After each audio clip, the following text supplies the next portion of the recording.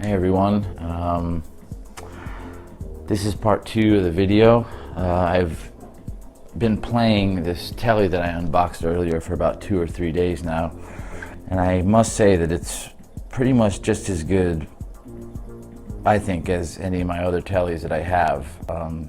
Probably not as far as overall quality, I think, but for what it is, which I was looking for a thin line Tele with a certain finish, a certain configuration of the neck and the humbucker in the neck, and just a standard single coil in the bridge with this kind of finish and a rosewood board.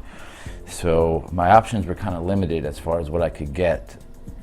You know, I looked around and did my research and came across this company, and I thought that this Tele would be perfect for what I'm getting into now.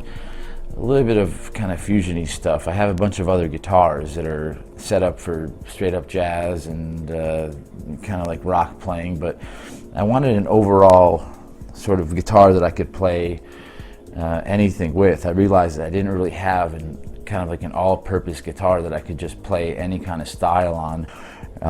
Oddly enough, I wanted something that I could just plug into. If I was playing some rock that day, I could play. If I was playing some jazz or some blues or some fusiony stuff, I could plug this in. And I think in that regard, it's just as good as any other guitar that I have. I can pretty much do anything with this thing. I set it up a little bit. I adjusted the truss rod and messed with these saddles a little bit to make it suit what I do, which is a little bit more of like a lower action. These saddles, which are really great actually, but I think that a lot of these companies are really making guitars now that have components that are suited towards a more higher performance playing style maybe. I've been playing it stock. I put some lemon oil on the back. The neck was completely unfinished, which I thought was kind of cool. So the neck now is like that perfect kind of like satin finish, but not too smooth, and I mean, it's kind of like glass, really.